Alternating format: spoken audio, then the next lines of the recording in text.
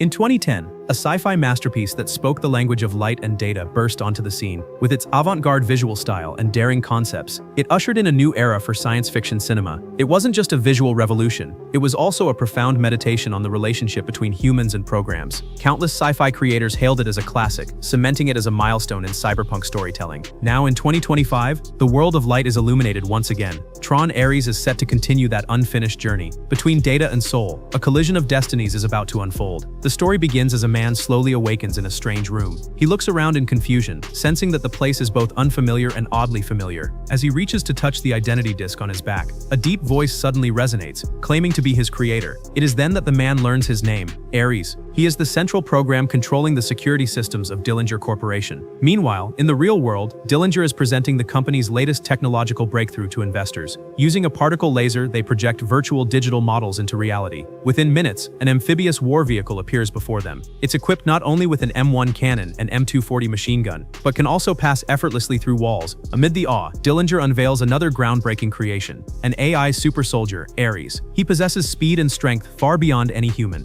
His advanced computational system grants him near-limitless intelligence. Most astonishingly, as long as the network exists, Ares can be generated infinitely. Yet such immense AI power also raises serious concerns. Facing mounting skepticism, Dillinger explains that Ares has built-in restriction protocols, making him fully controllable. After the demonstration, Ares surveys the real world with curiosity, a realm he has never experienced. At that moment, Dillinger's mother, Lisa, approaches. With a sardonic gaze, she mocks Dillinger and Ares, calling it all a charade. Before her words even finish, Ares' body suddenly disintegrates into a pile of ash. It turns out Ares can only exist in the real world for 29 minutes. If he exceeds that limit, he automatically vanishes. This is Ares' fatal flaw. Lisa sighs, urging her son to stop deceiving the investors, but Dillinger pays her no mind. He firmly believes that finding the legendary Eternal Code will solve every problem. He could secure the board's backing and completely crush Encom Corporation. By then, the entire digital realm would become Dillinger's ultimate arsenal. It turns out Dillinger Corporation and Encom are sworn enemies. Both companies are vying for breakthroughs in AI technology, but their motivations are entirely different.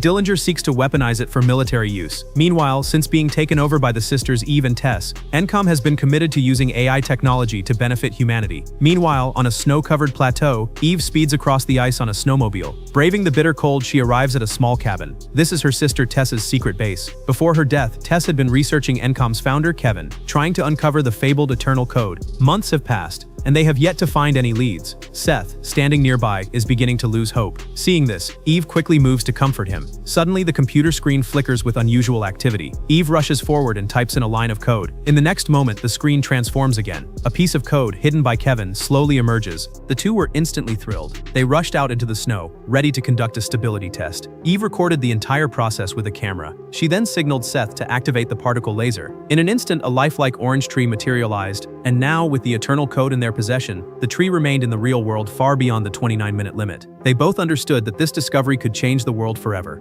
But Eve missed the launch event for her company's latest game. Dillinger immediately sensed something was amiss. He realized at once that Eve was also hunting for the Eternal Code. So during a brief pause in the event, he secretly infiltrated Encom's network. His goal, to seize the files Eve had stored. Under his command, Ares successfully infiltrated Encom's database. Meanwhile, Encom detected the intruder. They quickly activated their cybersecurity protocols to try and expel Ares. But here, Ares came across Eve's perspective on artificial intelligence. It was a view completely different from Dillinger's. She believed AI should not be used to build advanced weapons, but to improve human life. Ares froze, stunned by what he had just heard. Encountering such an idea for the first time left him utterly awestruck. After his initial shock, Ares ultimately secured the files, but because he lingered too long inside, they were immediately surrounded by a swarm of Encom's programs. A fierce battle broke out instantly. Clearly, the standard programs were no match for Ares' advanced capabilities. As Ares and his team prepared to leave, he noticed Caius had fallen far behind. Those nearby urged him to retreat immediately, but influenced by Eve's ideals, he turned back, ignoring their warnings, and rescued Caius. At that moment, a faint white light glimmered on Ares' helmet. It was as if justice was quietly awakening in the darkness. But as they began their retreat, a data bomb suddenly fell from above. It instantly wiped out all the data. It turned out Dillinger, aiming to disrupt Encom's launch event, had even gone so far as to destroy Ares and the other programs himself. Lisa was shocked and dismayed by her son's extreme actions, but Dillinger's eyes showed no hesitation. Every warning had been drowned by his twisted ambition. Yet when Ares returned to the original data hub,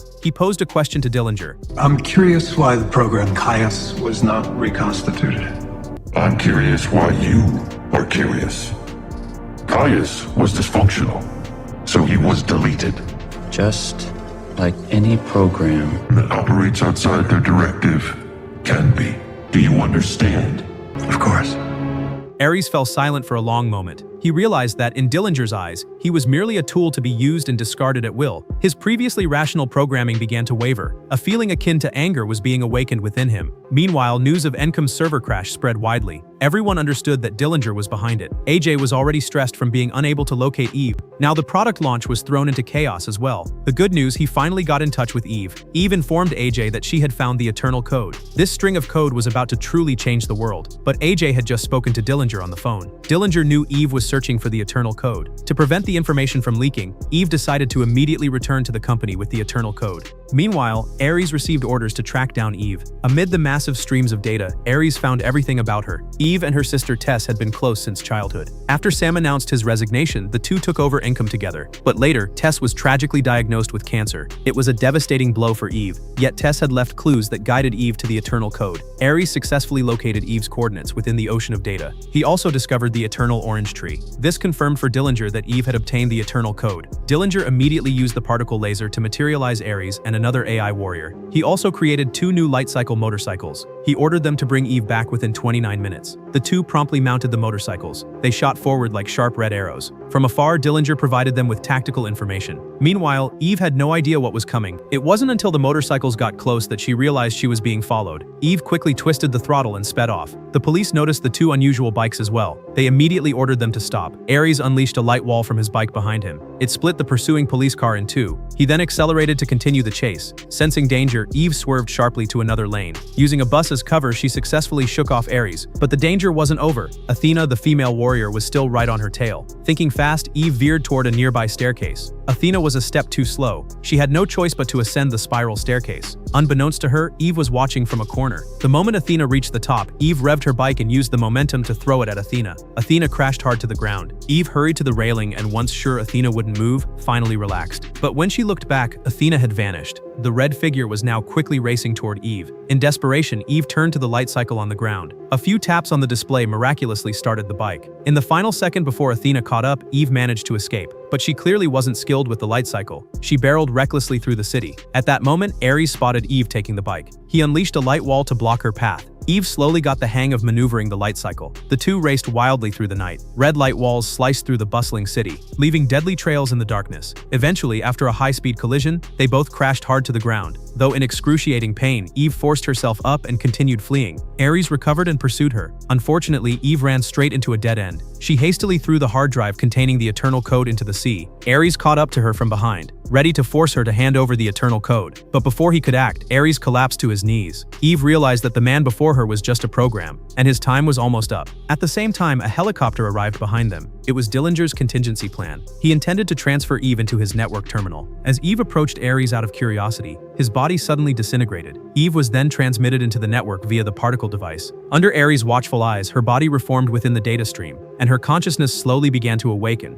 Eve stared in disbelief at what was happening before her eyes. But before she could fully process it, Athena barked orders demanding that Eve hand over the code. Eve explained that she had already destroyed the code, but Ares spoke up from beside her, saying that as long as Eve had ever seen the code, it could be extracted from her data. At that moment, one of the subordinates warned that Eve's program was unstable. Forcing the extraction could cause the host to break down, but Athena paid no attention. Her mission came first. Seeing this, Ares stepped in to block her. He reported the situation to Dillinger. He explained that extracting the code would erase Eve completely from both the network and reality. Clearly, Ares did not want Eve to disappear. Dillinger quickly sensed this. He angrily warned him. Her pepcac error is behind these feelings. I'm going to find it and rip it out of you.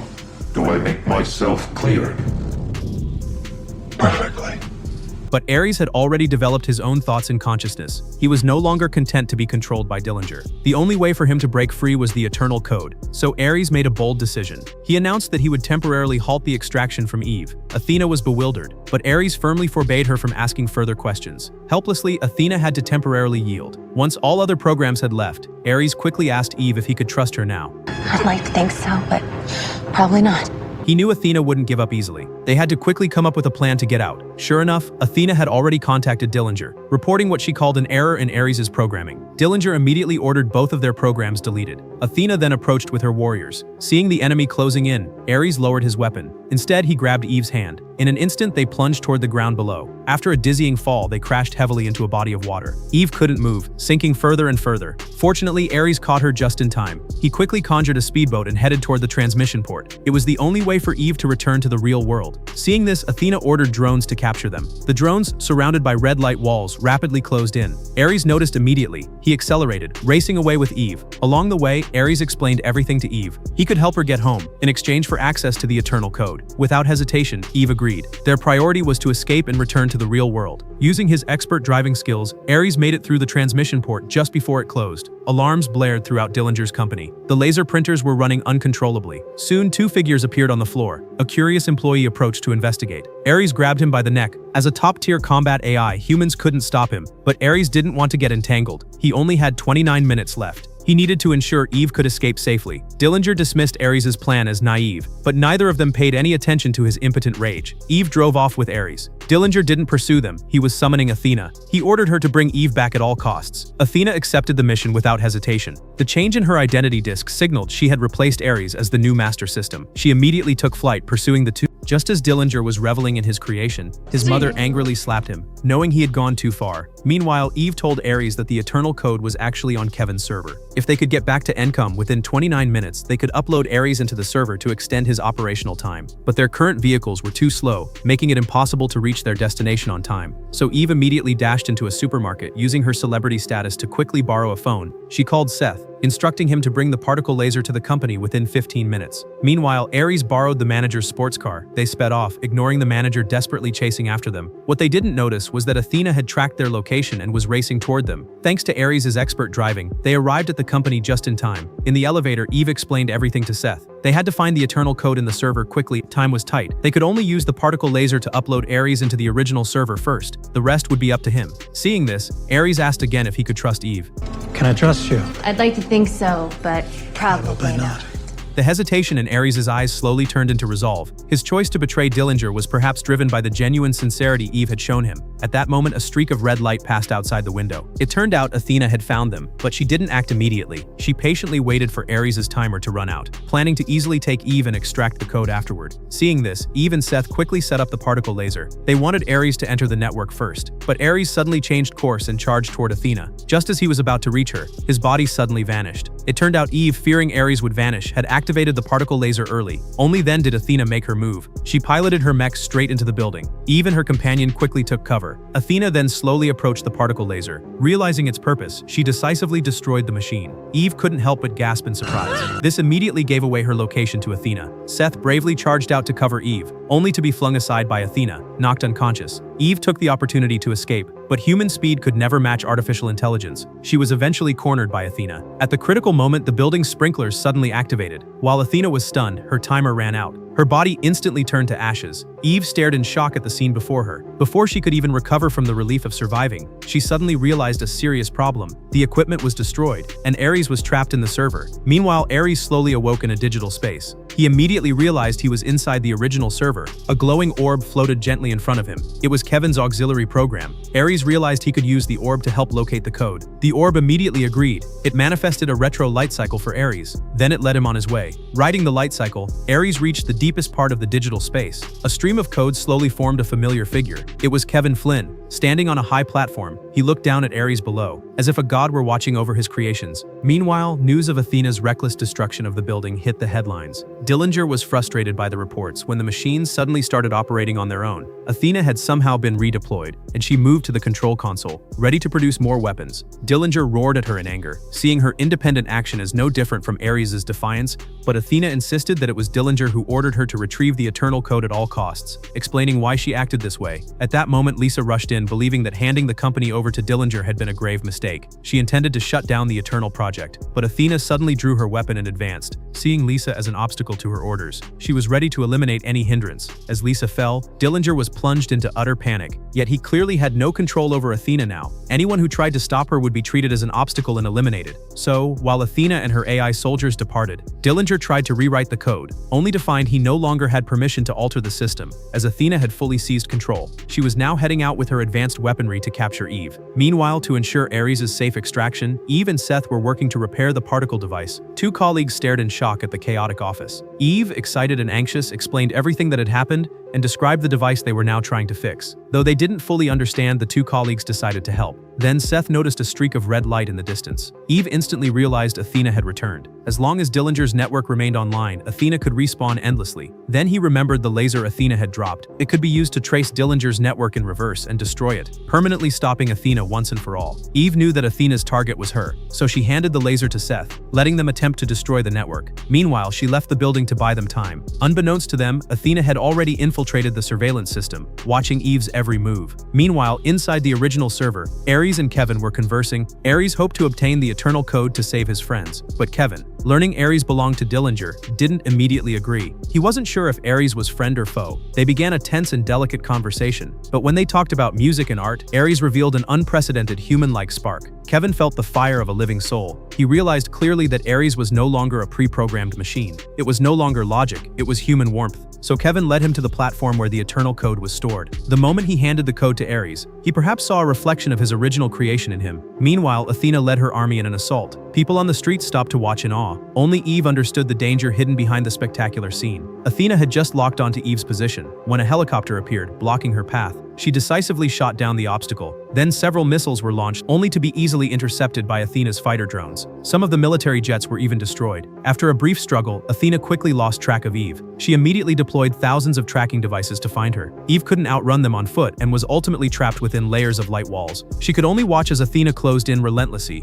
At that moment, a missile came screaming through the air. It was a military jet arriving just in time, yet its body was ruthlessly sliced by the light wall. In a desperate last-second move, the pilot deliberately rammed Athena's vehicle. The craft instantly lost balance and slammed into a nearby building. Debris rained down, and Eve collapsed, unconscious. At that moment, Athena approached the fallen Eve in a war vehicle. Time was critical, and she decided to take Eve back to Dillinger's company immediately. Then Ares successfully returned to the real world, through the device Kevin had left behind. The red glow around him shifted to white. Seeing this, Athena floored the accelerator, surging forward. But Ares threw his identity disk. In an instant, Athena's war vehicle turned to ash. Just as Eve breathed a sigh of relief, Athena reappeared. Seeing the endless time embodied in Ares, she was instantly enraged. She immediately summoned two warriors, ready to eliminate Ares completely. Seeing this, Ares told Eve to go first. He stayed behind to confront Athena and her allies. Though incredibly powerful, Ares' two fists were no match for four opponents. After defeating two warriors, he was knocked to the ground by Athena. As Athena prepared to deliver the final blow, Eve suddenly returned, bringing Ares' identity disk with her. Ares blocked her strike and even grabbed his weapon to strike back at Athena. Meanwhile, Seth and his team successfully breached the network. They overloaded Dillinger's network with excess payloads. The airborne trackers fell from the sky, signaling the end of life for these artificial intelligences. Athena couldn't withstand Ares' assault and lost an arm. Seeing defeat was inevitable, Athena slumped to the ground. She gazed at Ares, who seemed to possess a soul. For the first time, she realized that the orders she had followed were nothing but shackles. In that moment, she felt fear and freedom for the first time. The chaotic battle finally came to an end. The police stormed Dillinger's company, ready to arrest him. But unexpectedly, Dillinger, to evade accountability, digitized himself and hid within the network. Eve decided to take back control of Encom. She planned to use the eternal code to guide the world toward a better future. Meanwhile, Ares set out to travel the world. On his journey, he gradually came to understand the world. At each new place, he would send Eve a postcard. Their friendship would continue to grow, and with that, the film came to an end. Humans once believed they gave life to the program, and the program believed obedience was the highest creed. But the moment Eve chose to save Ares, Athena, at the brink of death, encountered the shape of a soul for the first time. At that moment, the boundary between life and machine blurred, leaving only the pursuit of a soul. It turned out that data could also give birth to a soul. Even cold logic would eventually come to understand what love truly is.